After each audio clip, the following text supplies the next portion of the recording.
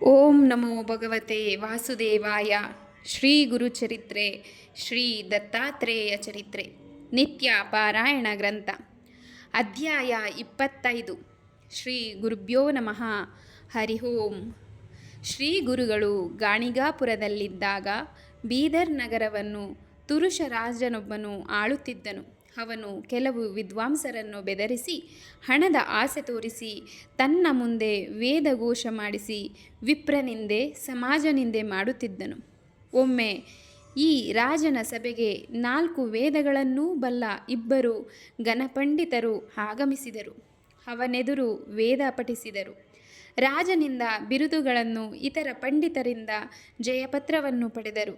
ಅವರಿಗೆ ಕುಂಸಿಯ ವೇದ ಪಂಡಿತ ತ್ರಿವಿಕ್ರಮ ಭಾರತೀಯ ವಿಷಯ ತಿಳಿದು ಆತನ ಬಳಿಗೆ ಹೋಗಿ ಅಹಂಕಾರದಿಂದ, ನೀನು ವೇದ ಪಂಡಿತನೇ?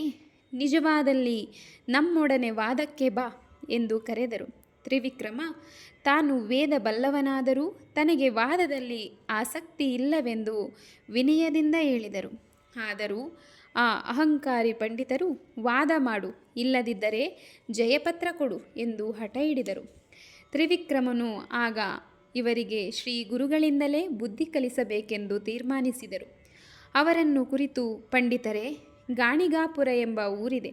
ಅಲ್ಲಿ ನನ್ನ ಗುರುಗಳಿದ್ದಾರೆ. ಅವರ ಸಮ್ಮುಖದಲ್ಲಿ ನಾವು ವಾದ ಮಾಡೋಣ.